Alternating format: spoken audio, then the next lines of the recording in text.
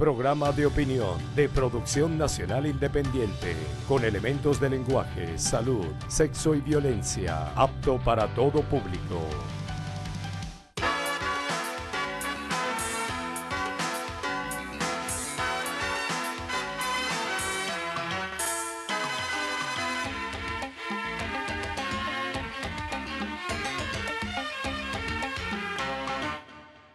Amigas y amigos, quienes le hacen seguimiento al comportamiento de la oposición desde que el chavismo llegó al gobierno, no deben estar extrañados con los resultados electorales del pasado domingo 15 de los Corrientes. ¿Por qué hago esta tajante afirmación? Seguramente porque la trayectoria de ese sector en los últimos 18 años, sobre todo en materia electoral, está caracterizado por una sucesiva repetición de increíbles errores. En su obsesiva conducta opositora, marcada por el odio y el desprecio hacia el adversario, la oposición que se gestó en el país después del colapso de la Cuarta República y del pontificismo, la ha llevado a actuar como una fuerza, no como una fuerza democrática, confiable, sino como un factor subversivo, permanente, desestabilizador por su naturaleza, que utiliza para ello mecanismos ambiguos como participar en procesos electorales y al mismo tiempo recurrir a la conspiración. Lo que le sucedió a la oposición el pasado domingo estaba determinado por ese comportamiento consistente en alentar y practicar la violencia y simultáneamente pretender competir en comicios democráticos. Cada vez que había un evento electoral, a la oposición se le vio siempre el bojote. Ahora participó en la elección convocada por la Asamblea Nacional Constituyente para escoger gobernadores de estados, pero sin comprometerse en ningún momento a respetar los resultados electorales. Ya el propio domingo 15, por la noche, cuando el CNE difundió los resultados catastróficos para este sector, sus máximos dirigentes, sin esperar contar con más información, anunciaron que el resultado no lo reconocían y empezaron a llamar al pueblo a la calle a protestar por el fraude. Son muchos los errores en que incurrió el sector opositor. Por ejemplo, solidarizar con una intervención extranjera e incluso militar en Venezuela, auspiciar una campaña despreciable de descrédito contra el país, apoyar una guerra económica que ha provocado funestas consecuencias al pueblo venezolano. Y por si fuera poco, el salto de garrocha a última hora para pasar de la guarimba sanguinaria a aceptar participar en las elecciones convocadas por la constituyente.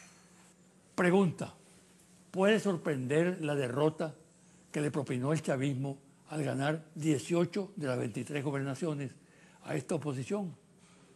Y que en el voto nacional, dato fundamental para evaluar el proceso, el PSUV lograra el 54%, mientras que esa oposición descendió al 45%.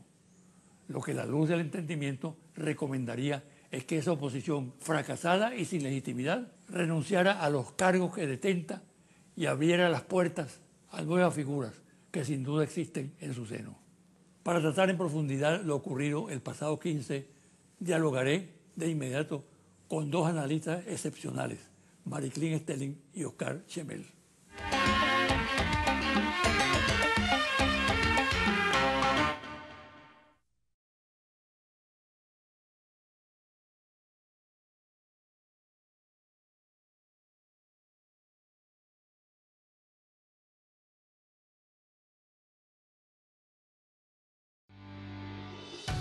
Estás viendo José Vicente Hoy.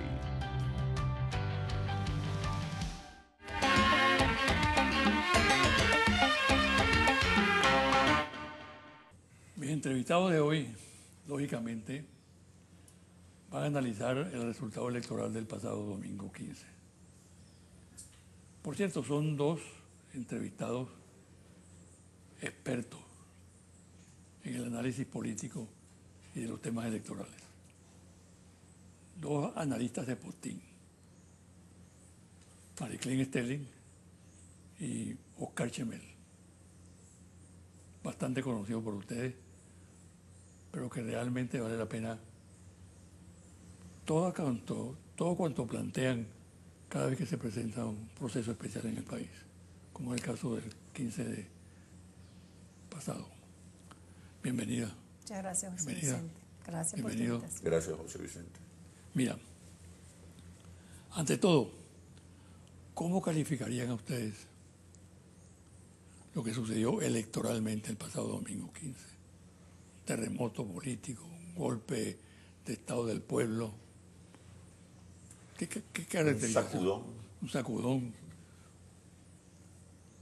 Fíjate que yo voy a acotar algo ahí, un sacudón emocional, porque yo creo que esta fue la elección de las emociones, donde comandó el miedo, el odio, la rabia, pero también el amor, la esperanza, la apuesta a un proyecto. Yo creo que ahí el voto, que bueno, hay estudios actuales del voto que dicen que el voto no es racional, el voto tiene mucho de emocional, pero yo creo que aquí yo lo definiría como el proceso donde las emociones funcionaron, porque es como... Es difícil entender cómo en una situación de crisis como la que estamos viviendo, el chavismo, el madurismo, el gobierno alcanzó un importante caudal de votos, porque lo que se pensaba un poco, lo que podría haber pasado, es un castigo, una sanción a la gestión de gobierno, y no fue así. Fue una apuesta a un proyecto, fue un apoyo, pero hay para mí un elemento emocional muy importante. Es decir, que el pueblo drenó ese El pueblo sentimiento, drenó, ese día. sí, Oscar. creo yo. Sí, la abstención jugó un papel muy importante en esta jornada electoral, la abstención de la oposición. Pero la abstención es consecuencia, no es causa de los resultados electorales. La abstención de la oposición significó un rechazo, un cuestionamiento a la conducción de la Mesa de la Unidad Democrática, a sus desaciertos estratégicos, a su ignorancia acerca de lo que ha ocurrido en el país en los últimos 15 años, a su incluso no solamente ignorancia, rechazo, indiferencia, a la aporofobia, el desprecio por los pobres, que no disimulan algunos dirigentes. Ese término. Sí, algunos dirigentes de oposición. Es una analista española la que señala ese término y que califica perfectamente la calidad de liderazgo de la oposición. Y también fue la continuación del comportamiento de la opinión pública que se inició luego del fracaso de la guarimba y con la constituyente.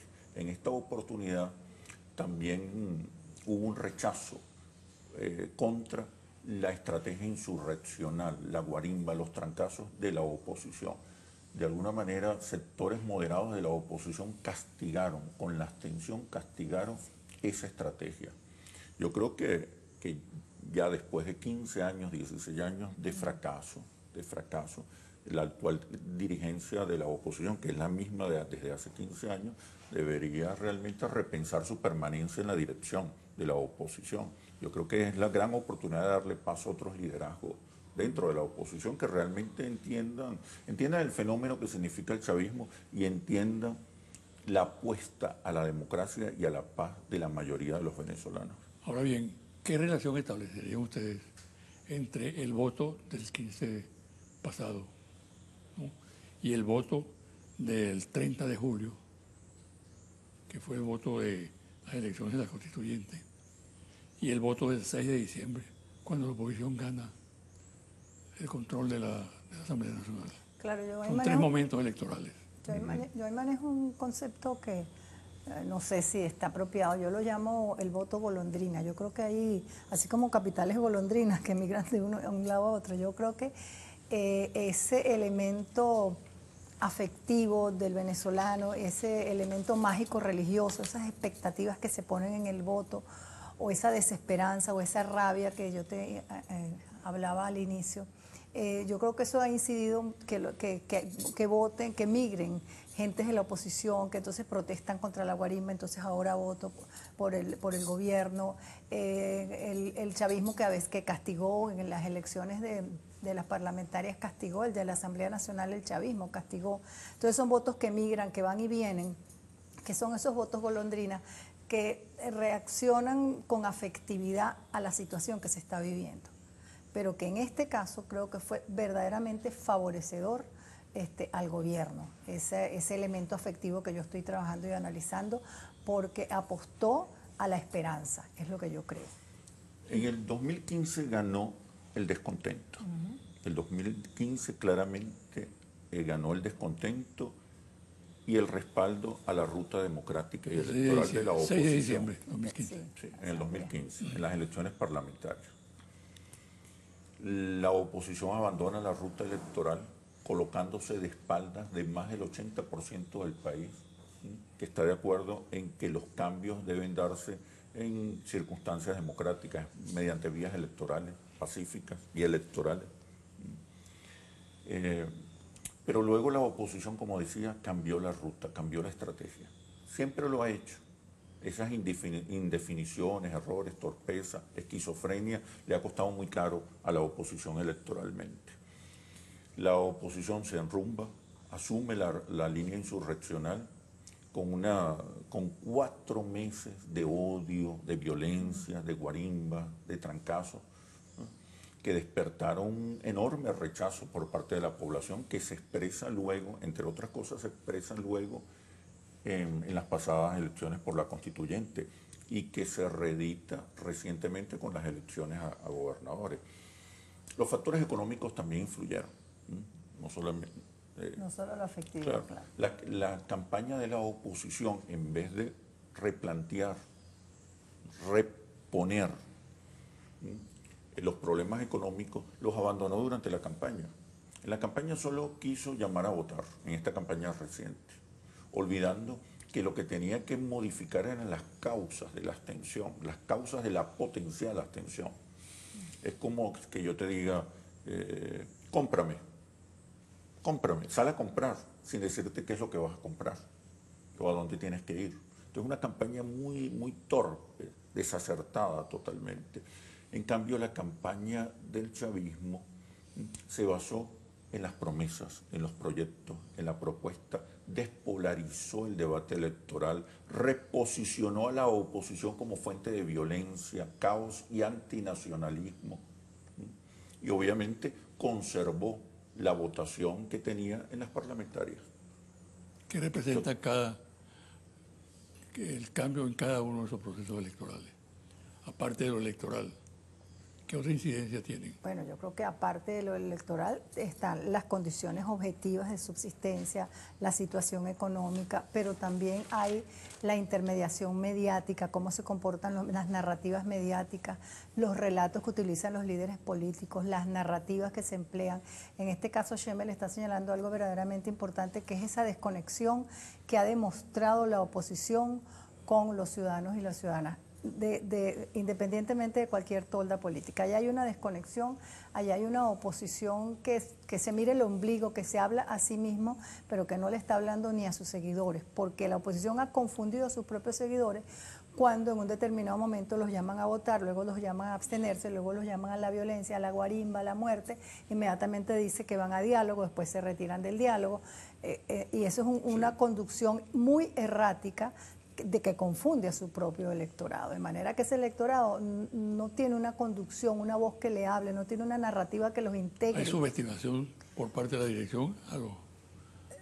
Yo no diría si es subestimación, porque ellos lo necesitan el voto. Yo creo que hay una desconexión y un desconocimiento de la realidad venezolana, y además hay unas fracturas internas gravísimas que les impiden convertirse en una sola voz, que les impiden ser la MUD. Ellos no son la MUD, ellas son facciones divorciadas unas de otras.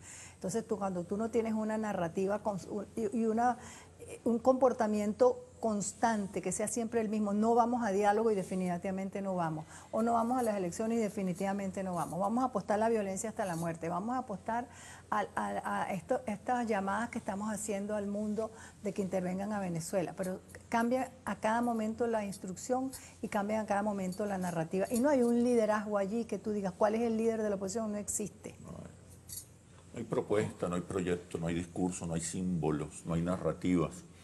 es una ausencia dramática de herramientas fundamentales para convocar, movilizar, entusiasmar a la población. Yo quiero notar algo que creo que es importante. No solamente fue derrotada, aplastada una conducción estratégica, una conducción política, fueron derrotados también sus intelectuales, los intelectuales de la oposición, los analistas de la oposición, que siempre han menospreciado, despreciado, ignorado, incomprendido el fenómeno social, político y simbólico que representa el chavismo. Nosotros, desde Interlace, hemos venido insistiendo, aún a costa de aún a pesar de los insultos, las amenazas, los señalamientos, que el chavismo es la única fuerza social, política, cultural y simbólica del país. Y hay datos interesantes que siempre los mencionamos en los confidenciales al cierre. 59% de los venezolanos preferiría que Maduro resolviera antes que viniera un gobierno de oposición. 35%, como lo dijimos hace un par de semanas, simpatiza con el Partido Socialista Unido de Venezuela. 71% está en desacuerdo con las sanciones económicas del presidente Trump de Estados Unidos. 81% rechaza la violencia. 59% de los venezolanos está de acuerdo con que hay que esperar las elecciones presidenciales del 2018 y evitar los atajos. 66% prefiere hacer más efectivo y productivo el modelo económico del chavismo que cambiarlo por uno capitalista. 39% valora positivamente la gestión del presidente Maduro. 64% se beneficia de los operativos CLAP entre 1 mes y 2 meses.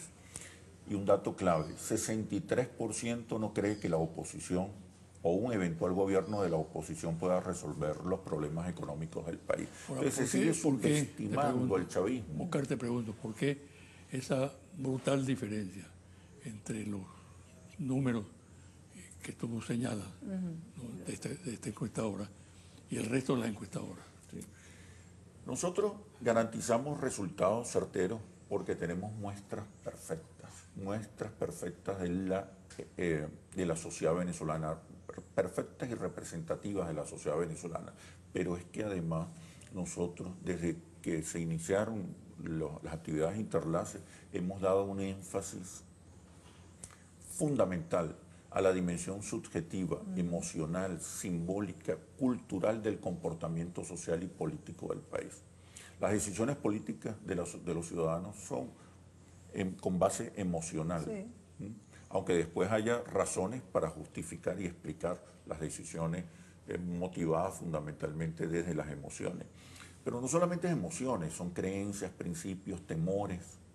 Un factor fundamental que ha impedido que la oposición se convierta en alternativa, además de sus carencias e ignorancia e incompetencia, es la aporofobia, el desprecio por los pobres. El odio hacia el chavismo se ha convertido también en un desprecio hacia los pobres. Y es inocultable este desprecio de los líderes de oposición y sobre todo la prepotencia, arrogancia de sus intelectuales. En este país, muchos analistas decían que el chavismo no ganaba ni una elección a junta de condominio. Y acaba de ganar 18 gobernaciones de cada 3. Y en las pasadas elecciones convocó a más de 8 millones de venezolanos para una jornada de reinstitucionalización y establecimiento o recuperación de la paz y la democracia. Mariclín, el 15 de octubre se impuso y triunfó el chavismo y fue derrotada la oposición. Ese es el dato concreto, contundente, que arrojan los algoritmos electorales. Ahora bien, en cifra y en número de gobernaciones. Exacto. ¿Qué hay detrás de eso? ¿Cómo se come eso? ¿Ah? Bueno, yo creo que es una apuesta.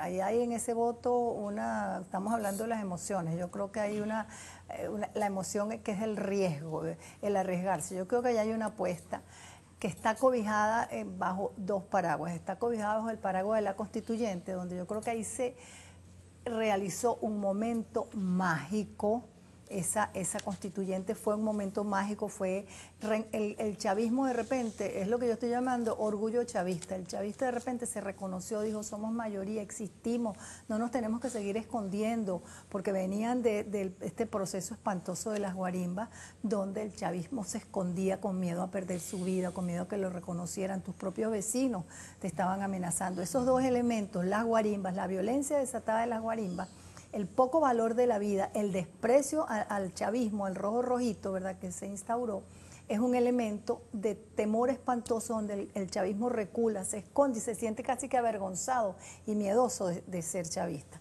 Vienen las elecciones a la Asamblea Nacional Constituyente y el chavismo sale a votar y se reencuentra. Yo fui al Poliedro, el Poliedro se hizo un espacio mágico, el Poliedro, la gente se reconocía, se reencontraba, los sectores medios que estaban atrapados en urbanizaciones como Bellomonte, salieron, se vieron, se reencontraron, somos mayoría, existimos, ¿por qué tenemos miedo? Son dos momentos mágicos, por eso yo estoy hablando mucho de emotividad, de la magia, el mágico religioso, fueron dos momentos mágicos que acobijaron también, de alguna manera, las elecciones ahorita a gobernadores, las regionales, pero están muy cercanos. Entonces, la magia es un paraguas que cubre estas últimas elecciones que tuvimos. Pero esa magia desaparece, porque eso es como un enamoramiento. El enamoramiento desaparece si tu enamorado o tu enamorada no te responde en las medidas de tus necesidades. Y allá hay un peligro que es la esperanza desatada que los venezolanos y venezolanas tienen en la constituyente. Ahí hay una esperanza que va más allá de lo racional, es una esperanza mágico-religiosa de que la Asamblea Nacional Constituyente va a arreglar esto ya. En la medida en que la Asamblea Nacional Constituyente no responda, no resuelva, demore en resolver las necesidades básicas de subsistencia, que es lo que la gente está gritando, desaparece la magia, desaparece el enamoramiento y te empiezas tú a preguntar, bueno, ¿cómo yo me enamoré de esta persona tan espantosa? ¿Qué me pasó? ¿Qué me enamoré? ¿Qué tenía? ¿Qué le vi? Ese es un peligro que está allí a las puertas. Un poco en base a lo que tú acabas de decir, vamos a hacer una pausa, pero quiero dejar en el aire precisamente que en el próximo futuro, ¿qué va a ocurrir con esa mayoría chavista triunfante y esa minoría de la oposición? ¿Está bien?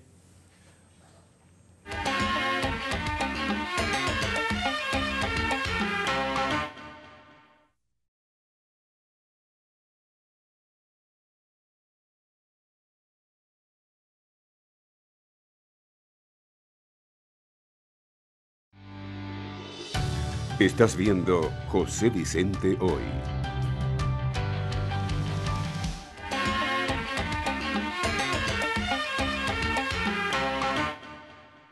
Las previsiones en torno a los desarrollos futuros, en materia de política, en lo institucional, en lo económico, en lo internacional. Bueno, me voy a colear yo. Coléate. Si el gobierno actúa después de este rotundo triunfo, con equilibrio y ecuanimidad, veo buenas expectativas. Si el gobierno es triunfalista, despectivo, despreciativo, para mí va a peligrar el diálogo, porque ya algunos sectores de la oposición dijeron que no van a ir a diálogo. Ellos están yendo, si van escondidos, niegan. Yo creo que ahorita, en este momento, el diálogo es necesarísimo. Pero es un diálogo, José Vicente, que baje a la población, a la ciudadanía, porque lo que se está llevando a cabo para mí en Dominicana es un diálogo entre dos liderazgos políticos que están negociando posiciones políticas. Yo no creo que ese es un diálogo que está siendo manejado por lo que uno ve por los medios, en función de la paz, la tolerancia y la convivencia. ¿Qué es lo que se quiere? ¿Qué quiere uno? Paz, tolerancia y convivencia. Pero ahí lo que se está prácticamente conviniendo o discutiendo son las posiciones políticas de ese liderazgo que está yendo a Santo Domingo. Tú tienes mucha razón, porque creo que el pueblo ha permeado esa idea, ¿no? Y ha asumido el diálogo con más vehemencia. De alguna manera yo lo que creo es que debe como que espero que estos gobernadores nuevos trabajen en la ciudadanía, en las bases sociales, la necesidad del diálogo. De manera entonces que la necesidad del diálogo emerja de abajo hacia arriba y presione, porque solo dialogando y haciendo negociaciones y conviniendo hasta el aspecto económico es que el problema se resuelve, el problema de la crisis de subsistencia, es mi opinión. Oscar. La economía sigue siendo el principal problema, el problema que más preocupa a más del 80% de los venezolanos. Pareciera que en estas elecciones no intervino la economía y es todo lo contrario, ¿sí? Intervino la economía, intervinieron los problemas económicos, pero es que el único que le habla a la gente de sus problemas y de alguna manera presenta alternativas y soluciones es el chavismo. El tema económico está ausente en el discurso opositor. Se han concentrado en la lucha por la libertad, la democracia, la Constitución. O sea, temas importantes, pero que no son los que los más sentidos por las mayorías populares. Entonces, la economía... buscar aliados en el exterior. Y en una política antinacionalista, ¿no? Que obviamente los afectó en este momento y provocó la altísima abstención de la oposición. Entonces la economía sigue siendo un tema fundamental. Pero hoy en estas elecciones el foco seguía estando en la necesidad de consolidar la paz y la estabilidad. Y además la gente guarda expectativas importantes con respecto a la política económica del presidente Maduro. Y eso evidentemente termina de cohesionar no solamente la amenaza de una restauración de la exclusión y el desprecio, sino también la expectativa de una mejora en las condiciones materiales de vida que siente buena parte de la población. Pero en todo caso, el gobierno y el chavismo mantienen la misma votación, votos más, votos menos, la misma votación que obtuvieron durante las parlamentarias o en la jornada que dio pie a la elección de los parlamentarios, de los integrantes de la Asamblea Nacional. Es la misma votación. Solo que la mayoría ahora... 6 millones. La mayoría ahora se inclina por el... Claro, la oposición pierde 3 millones de votos por el desastre, sus desaciertos estratégicos y su manera de vincularse con los sectores populares. La tarea para el chavismo apenas comienza o continúa. O sea, la tarea no está totalmente hecha. Unas elecciones presidenciales que polarizan más a la sociedad y convocan a mayor número de votantes no se gana con la actual votación del chavismo. El chavismo ha consolidado claramente, como lo habíamos reiterado muchas veces, Interlaces, ha consolidado una fuerza social, política y electoral, fundamentalmente electoral, cercana al 40%. ¿no? Pero con eso no es suficiente. El chavismo tiene que mirar hacia el centro político, que en Venezuela es un centro político chavista, porque la mayoría o buena parte de la visión de sociedad y de país del chavismo es compartida por la mayoría de los venezolanos, por lo menos por 2 de cada 3 venezolanos. Entonces el desafío es enorme. Tiene que ver con la gestión económica principalmente. Hay que darle respuestas a la gente. La inflación está castigando dramáticamente a los venezolanos. Hay que renovar el discurso. Las expectativas y demandas de hoy no son las mismas de hace 15 años.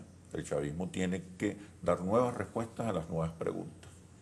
Y sobre todo ampliar el abanico de alianzas, establecer diálogos y puentes, sobre todo con los sectores productivos y con la oposición democrática o la nueva oposición que surja de esta crisis terminal que vive la oposición. ¿Puede surgir una nueva oposición o un nuevo liderazgo? Mira, yo creo que sí va a suceder, porque ahorita hay un muy gravísimo... El gran vencedor dentro de la oposición fue Ramos Ayub. Es Ramos Ayub y los ADECO. Los ADECO resurgieron con 4 gobernaciones, creo, nada más, pero creo que hay un resurgir que va más allá del número de votos y del número de gobernaciones. Yo creo que los ADECOs probablemente se conviertan en un importante interlocutor con el chavismo, independientemente de su peso numérico actual.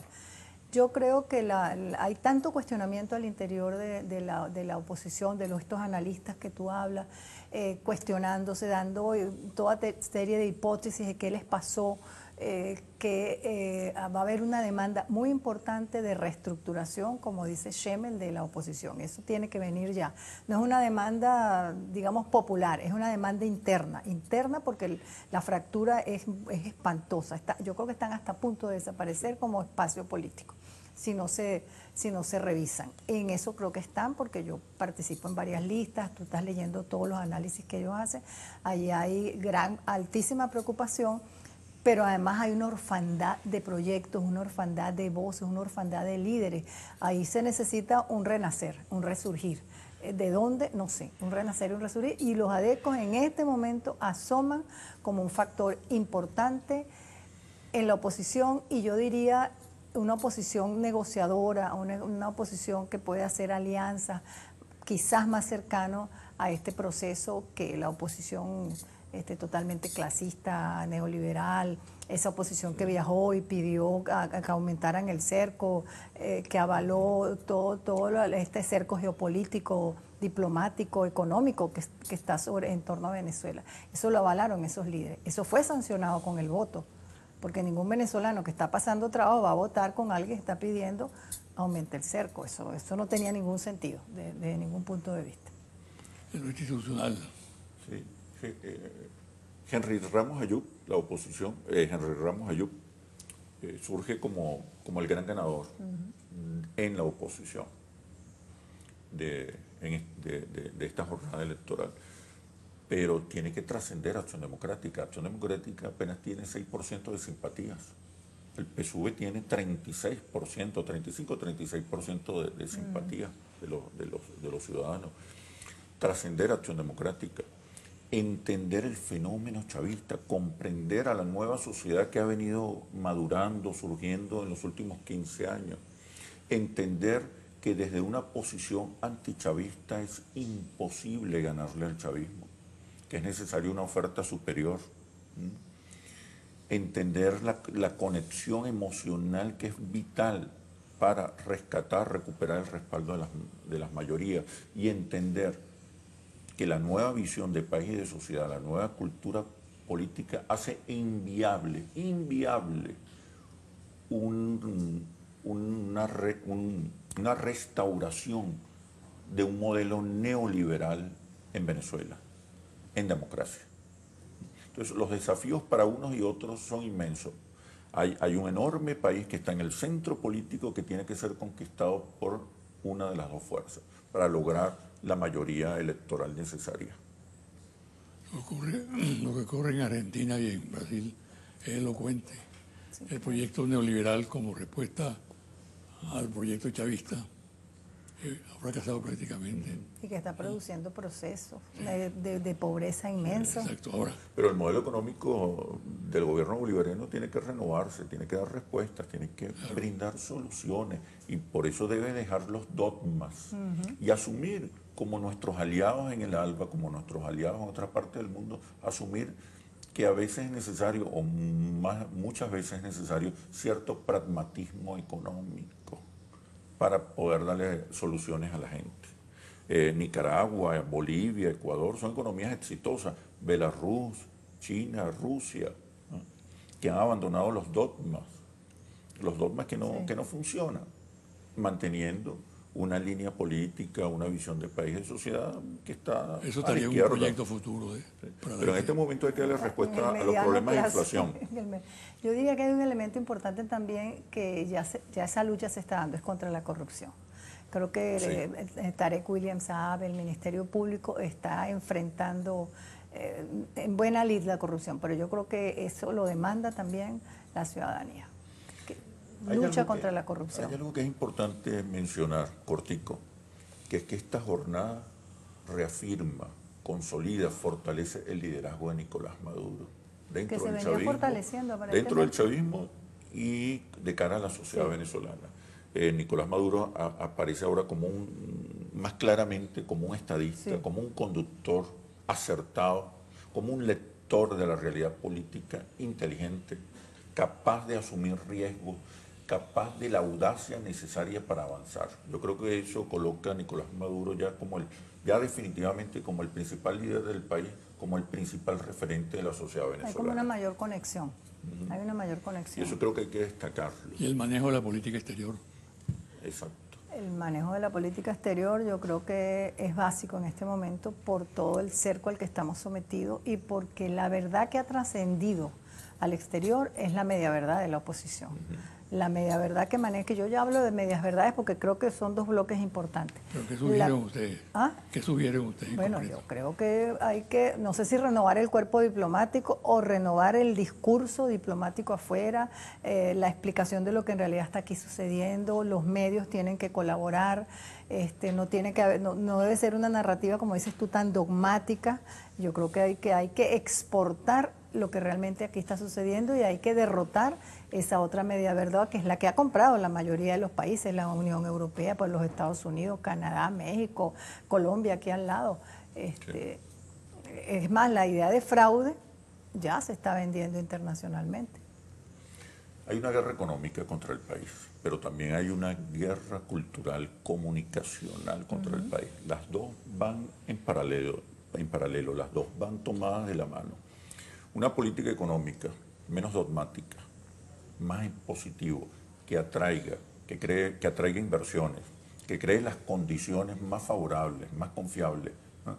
Para atrapar, para hacer atractivo el país a los inversionistas es clave.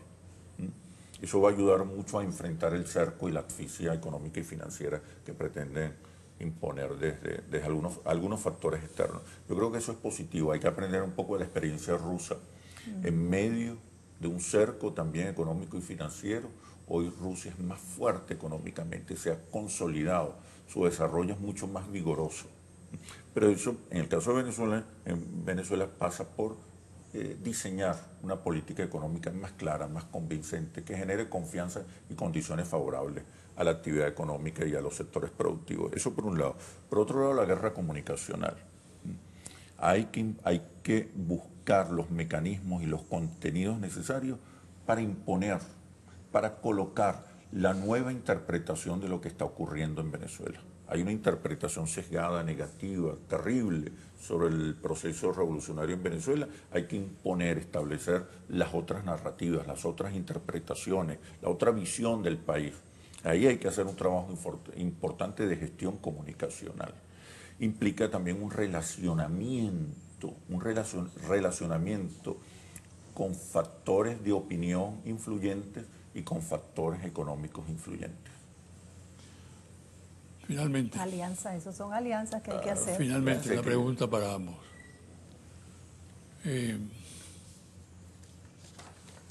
¿Son realmente optimistas o pesimistas con respecto al futuro?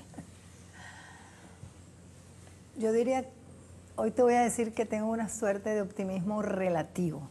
Relativo en el sentido que depende de cómo reaccione este gobierno a los resultados de estas elecciones, cómo defienda este gobierno el procedimiento electoral ante el mundo, cómo desmonte la acusación de fraude. Tiene que ver también con las alianzas que está señalando Schemel en este momento, la apertura que tiene que haber, cero dogmatismo, cero triunfalismo y apertura a ciertos grupos y espacios como lo está señalando Oscar. Yo creo que depende, hay una cantidad de elementos que te abren la esperanza y la expectativa y el optimismo, pero que todo depende de cómo el gobierno maneje todas esas variables y se maneje en todos esos contextos. Además de los desafíos que tienen las dos fuerzas fundamentales, las dos fuerzas políticas y electorales fundamentales que ya hemos mencionado, yo creo que hay que ser optimistas, porque este país, este pueblo, nos mostró, nos demostró, nos reveló su altísimo nivel de madurez ciudadana, política, democrática, cívica. Yo creo que esa madurez es ya de por sí un factor fundamental para ser optimista. Ambos sectores tienen desafíos propios particulares, pero yo creo que hay que destacar la madurez democrática, cívica, paciente, decisiva y decidida de las mayorías populares. Yo creo que eso es fundamental. Muchísimas gracias entonces. A ti, José Vicente. Muy importante lo que han dicho en el programa. Les deseo la mayor suerte Bueno, muchísimas gracias. Vicente, gracias a ti. Gracias. Felicitaciones. Gracias, Oscar. Una pausa y ahora los confidenciales.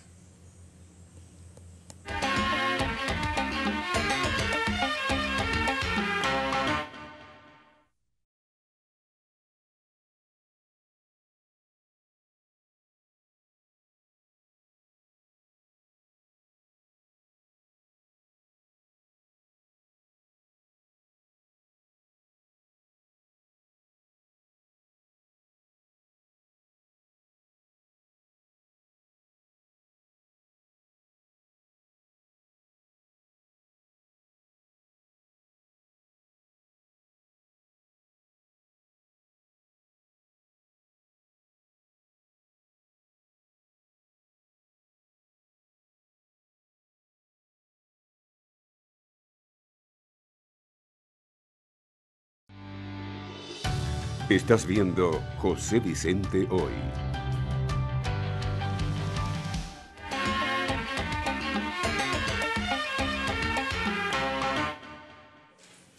Y ahora los confidenciales. Observación y crítica al comando de campaña de la oposición. La MUD basó su estrategia siguiendo el ejemplo del 2015. El mensaje fue sobre la situación económica con sus consecuencias por el alto costo de vida, desabastecimiento, carestía, etc. Y dejó a un lado el enfoque político y la oferta de cambio. Para difundir el mensaje se refugió en algunos medios de comunicación, redes y declaraciones públicas sin mayor impacto. Y sobre todo, la obscena dependencia del exterior, particularmente de los Estados Unidos.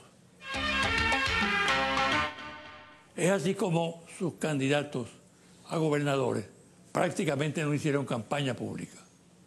Al igual que los dirigentes no actuaron en movilizaciones ni marchas públicas. Fue notable la diferencia de este tipo de campaña con los miles de actos públicos en los cuales participaron los candidatos a gobernadores del PSUV y dirigentes nacionales de este partido y del Polo Patriótico. El pírrico resultado del número de gobernadores que obtuvo la oposición conduce a los observadores a señalar como lógico ganador en el sector a Henry Ramos Ayub, ya que de las 5 gobernaciones que logró la oposición, 4 pertenecen al Partido Acción Democrática. Esto quizás explique la prudencia con que se ha manejado Ramos Ayub, el cual no ha solidarizado con el planteamiento de la mayoría de la MUD, calificando de fraude el resultado electoral del 15 de octubre. La señora Lilian Tintori hizo una gestión vía intermediarios ante la Casa Blanca para que ésta hiciera un pronunciamiento criticando la incautación de 200 millones de bolívares que le fueron retenidos. La respuesta de la Casa Blanca fue, comillas, eso es un delito en su país y en el nuestro. Ante la confusión que impera en el sector opositor a raíz del resultado electoral del 15 de octubre, se han disparado internamente diversas tendencias y opiniones. Críticas que van desde las más radicales, que plantean el fraude y la opción armada en las calles, hasta personalidades que son partidarias de dialogar para impedir que en el país se repitan hechos como los que ocurrieron durante los 4 meses de guarimbas sangrientas. Concretamente, hay un grupo opositor detectado por los organismos de inteligencia y seguridad del Estado que trabaja activamente en un plan desestabilizador y que consideran que existen las condiciones para estimular un levantamiento popular con apoyo militar.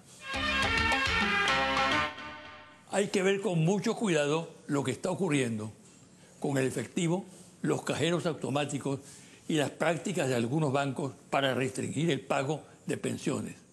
Por ejemplo, de fuentes del Banco Central de Venezuela, la plataforma del software que apoya al sistema de los cajeros automáticos en la dispensión de efectivo está saturada.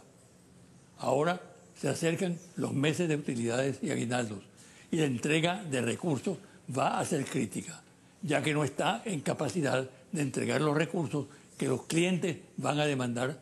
Esta situación se extiende a los llamados puntos de venta y tarjetas de crédito. Confidencial al cierre.